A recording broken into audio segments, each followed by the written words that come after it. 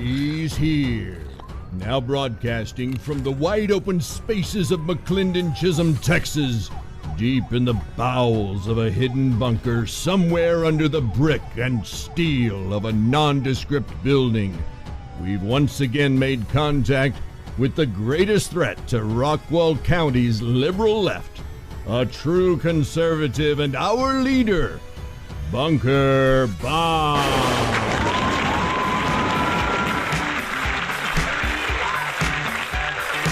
Good Monday morning, fellow conservatives. It is great to have you with me today, and I'm thrilled that you came back to see what I had to say about what's now. What now that the election is over, and that the voters have decided that the conservatives, the true conservatives, are not who they wish to support in this election, and they've chosen for them. The people of McLendon-Chisholm have chosen for themselves Lorna Kipphut, Trudy Woessner, and William Dahl.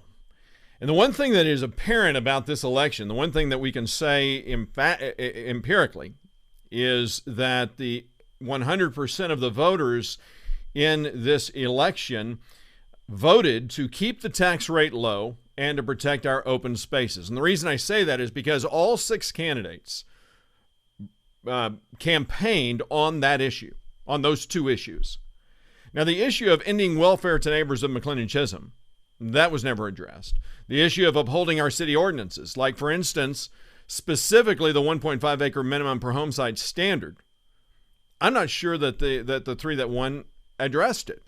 Now, there is some speculation about that, and I'm going to talk about that in just a second, but that is yet to be seen. And then finally, restoring transparency. I think, if anything, what we will see is a complete lockdown of transparency, or at least the effort to create a lockdown to prevent citizens from knowing what's really going on. But I want to just highlight just a couple of facts about this election, and it goes without saying that the greatest influence on the election was the Rockwall Herald banner, what I call the Rockwall Hilarious banner. They throw papers free of charge, well, not free of charge. Taxpayers fund this paper, and we've talked about that for the problem with the requirement that the state legislature has set on cities that require that cities and counties post a public notice in the newspaper, in their local newspaper, which is antiquated at best. It is completely an unnecessary requirement, since most every city in the state of Texas has a website, has the ability to push email out for those citizens who request it. And a newspaper does not do a sufficient job at all in sharing public notices, because most people, as we saw in the second citizen surveys, most citizens do not get their information from the newspaper. That's not how they get their public notices. And so the state legislature, because it requires it, if you look in the Rockwall Hilarious banner every week, you'll see the latter half of it is filled, at least 2 pages, filled with ads, essentially, that the cities and county is required to post in those newspapers. And so where does that money come from? Well, it comes from taxpayers. And it is something that needs to end. It's something that newspapers, if they're worth their salt, if they are essential to their readers, they shouldn't have to depend upon taxpayer dollars. But the Rockwall Hilarious banner does. Rockwall Hilarious banner puts out their newspaper to every citizen in McLendon-Chisholm. We've got approximately 2,600 citizens, and every home practically receives this newspaper. And so I would argue that 90% of the citizens, voters in McLendon-Chisholm received this newspaper compared to what this program has done. And this program was started about 2.5 weeks ago. And this show was established, I think, at least a month too late. The average viewer, daily viewer on my show is about 100. Compare that to everyone who receives the Rockwall Hilarious Banner. The Rockwall Hilarious Banner, as we know, as I highlighted on this show, the Rockwall Hilarious Banner did, in fact, interfere in the election. And I think what is clear about that is they did it in two ways in the last 2 weeks of the election during voting. The first was when Landon Fisher decided that he would report about the candidate forum that was held by the Democrats. And the Democrat candidate forum was attended by just three candidates from the city of McLendon-Chisholm. And that, of course, was Lorna Kipphut, Trudy Woessner, and William Dahl. Despite the fact that 90% of the citizens of voters in the voters in Rockwall County vote Republican, Landon Fisher chose to report only on the Democrat candidate forum, and which is really fascinating because the Democrat candidate forum occurred at 9 a.m. on Saturday morning, and the Republican candidate forum started at 10 a.m. the same Saturday morning. So the idea and the fact that nothing in this report highlighted why Mr. Fisher was not able to report on both demonstrates, in my opinion, quite conclusively that Mr. Fisher had no intention of highlighting anything that David Day, Scott Turnbull, or Adrian Balcom had to say. Now, is it a conspiratorial to say that Mr. Fisher has vested interest in this race? I don't think so, seeing as how he's moved back in with his parents. Apparently, he and his wife and daughter have moved back in with his parents who live in McLendon-Chisholm. Seeing as how Mr. Fisher has participated and continues to participate in a closed group called FU McLendon-Chisholm, euphemistically called Families Uniting for McLendon-Chisholm. And the fact that Mr. Fisher, throughout his tenure, has demonstrated a proclivity toward against conservatism, against limiting the size and scope of government, against lowering taxes, most especially against low density. And the reason why I've said, and I've established why this Mr. Fisher is, and the Rockwall Hilarious Banner is focused on that, is because they need readers. They need to be able to show advertisers, which is where they get their profit for their paper. As I said before, taxpayers fund this paper. That basically keeps them afloat.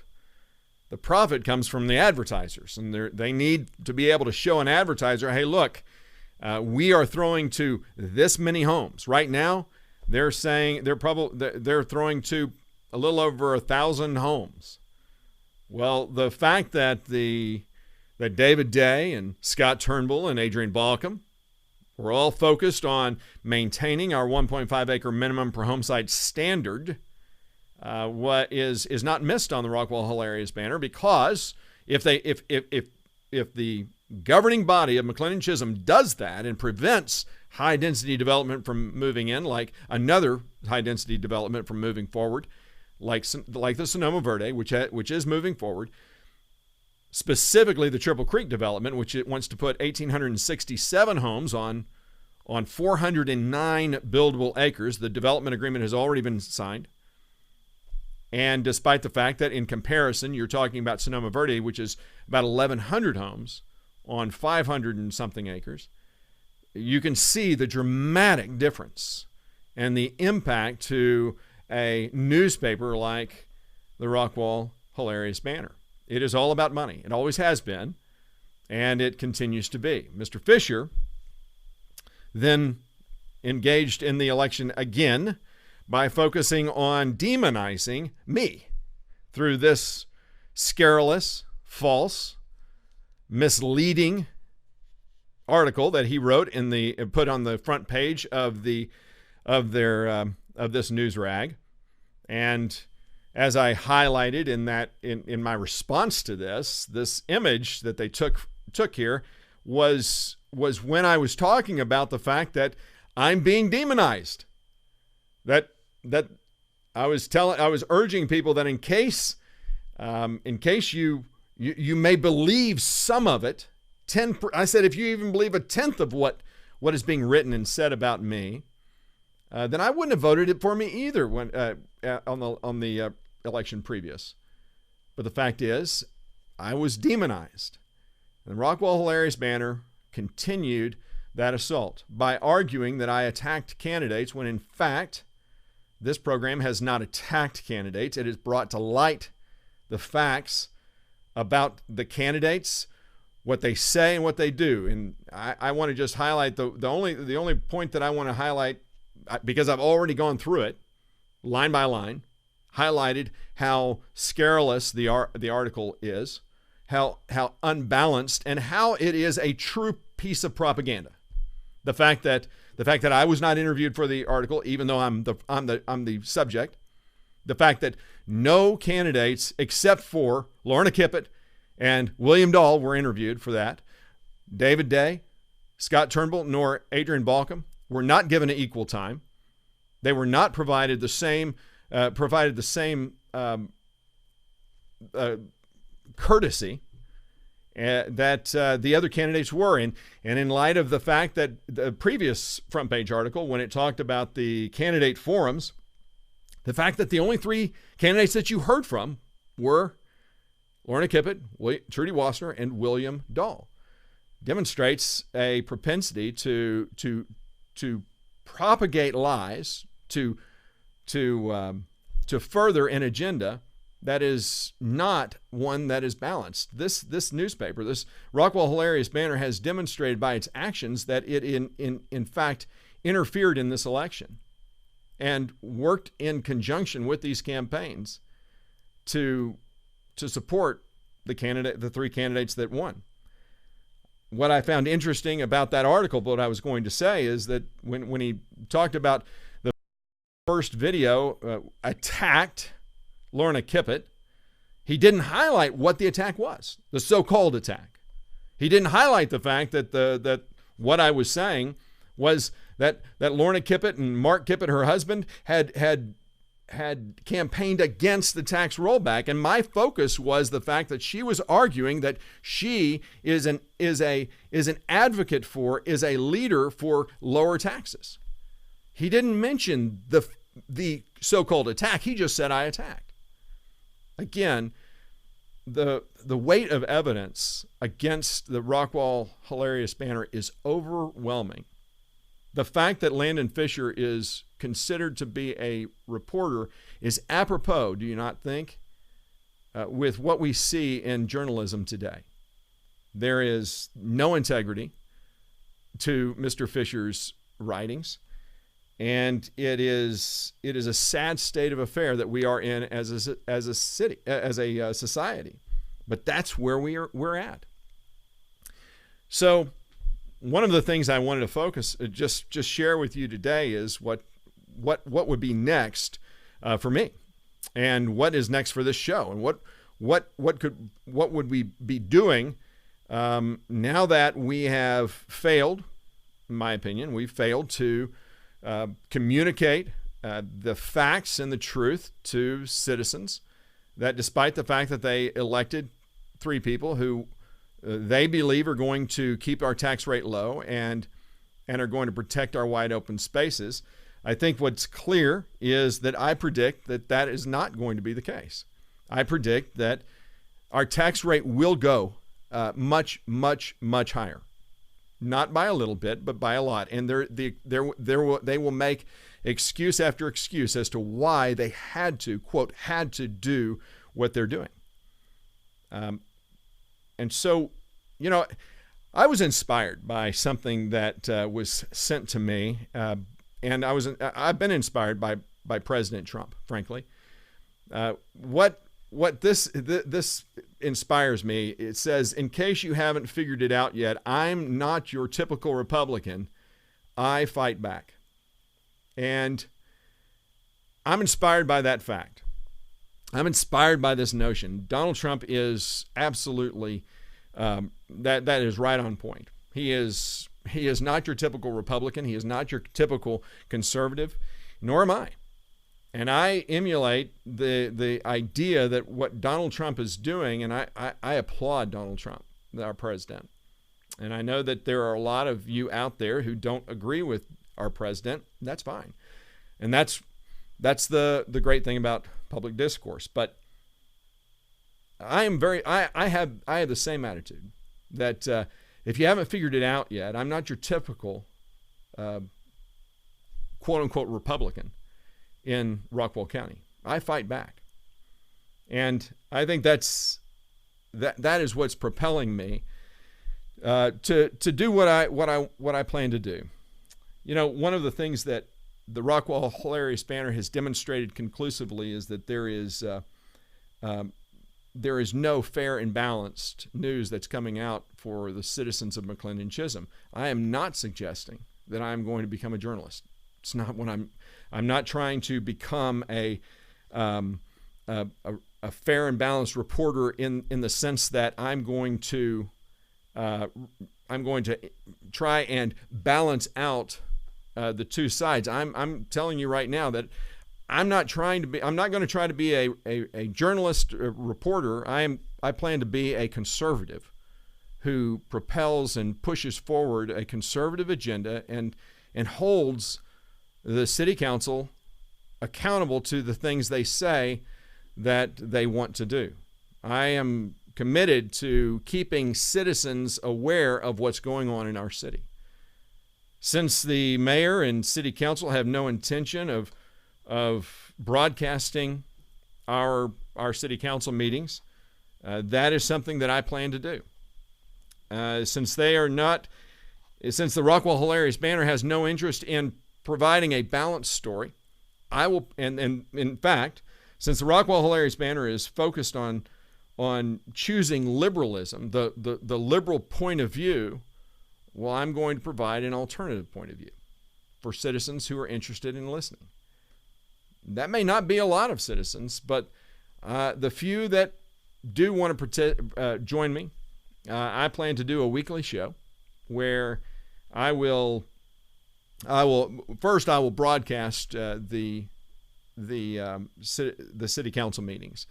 I'm also going to be in contact with the Texas Attorney General's office to make sure that my rights as a citizen to record and make sure that I understand and that the city understands what I can do and what the city how the city cannot restrict my freedom to do so. Because I fully expect them to try. So I do plan to broadcast the city council meetings, planning and zoning, and board of adjustments as well. I plan to try and broadcast the other meetings, other committee meetings that are matters of public record, because I think that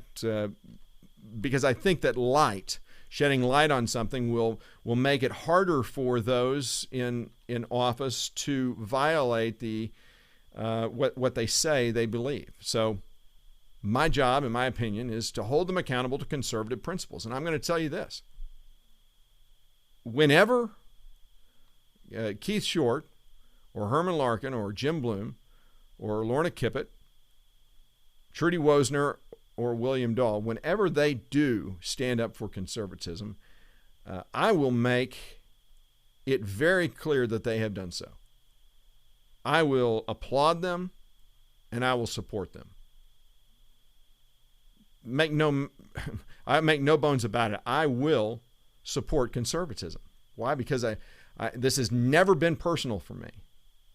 It has been personal to a lot of them, but it's never been personal to me. And so I will, when it comes to balance, I will provide that kind of balance. But I'm not going to hold back either when they begin to make the the decision to violate their campaign promises. And you can bet that I will remind you what they promised, what they put in writing, and what's actually happening. I'm going to tell you what I think is what I predict will happen why the tax rate's going to go up. I'm going to tell you why I think that they have no plan to stop the welfare to those of us to our neighbors, that we're funding their fire department, their emergency service, and why they will not take action that will ensure that those people who are receiving that benefit, why they have no interest in ensuring that they begin to contribute to it. And that will be through excuse after excuse. I'm going to remind you what I predict will happen as far as why they're going to violate the 1.5 acre minimum per home site standard. And I think I've already articulated that in one of my earlier shows. In my opinion, the horse is out of the barn on that one. I've already shared what I think their strategy is going to be. Mike Donegan made that clear. Former Mayor Mike Donegan made that clear in one of the things that he did, and I highlighted that in detail. So I will be a voice for conservatism, and you hold me accountable. I invite you, those of you who choose to stay with me and to subscribe, to hold me accountable to making sure that I'm not violating the standards of conservatism that I have been focusing on from the very beginning. I think it's important that one thing, and I'm about to close, but I want to say just a couple of things to Adrian Balcom, to Scott Turnbull, and to David Day. I appreciate the work that you guys did in trying to run. You were vilified, you were slandered and libeled. The fact that the Rockwall Herald Banner took part in this fraud should not be missed on anyone, and especially those with the Texas Attorney General's office, which I hope will take a hard look at what happened in this election and the actions of a newspaper that is taxpayer funded, that is supposed to be fair and balanced and supposed to have provided equal time. I will just leave it at that for now. Yes, I have more information coming. I'm not ready to release it yet, but I'm playing a little coy on that. I wrote in there that you may be surprised by some of the things I say. I think one of the things that I think you may be surprised in is I'm willing to give every member of the city council, the new members, the benefit of the doubt once they take office, that they will uphold what they said they will uphold. But we will see. I'm going to judge them by their actions, not their words. Rhetoric is irrelevant. Action is everything. Don't forget what Booker T. Washington said when he said that a lie doesn't become truth, wrong doesn't become right, and evil doesn't become good just because it's accepted by the majority. The majority overwhelmingly supported and made a decision to vote these new members of city council in, and chose to reject, despite all of the work, all of the facts of evidence that proved that Adrian Balcom and Scott Turnbull had been tireless supporters and advocates of conservatism for our city.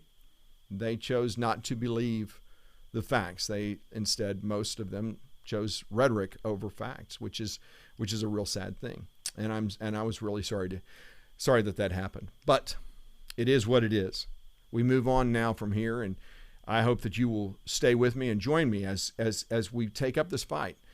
We may have lost the battle, but there is a greater war still to be fought, and I think that we will eventually be victorious. So let not your heart be troubled, as Sean Hannity likes to say. I think we still have a bright future ahead of us, and I think that we can fight back. So I appreciate you being with me, and I appreciate all the support that those of you who have watched and have given me feedback for, and I will give you more details about what the show is going to look like and what to expect in the next few days, coming weeks. So thanks again for being with me, and we will see you next time, and have a great day. Thanks.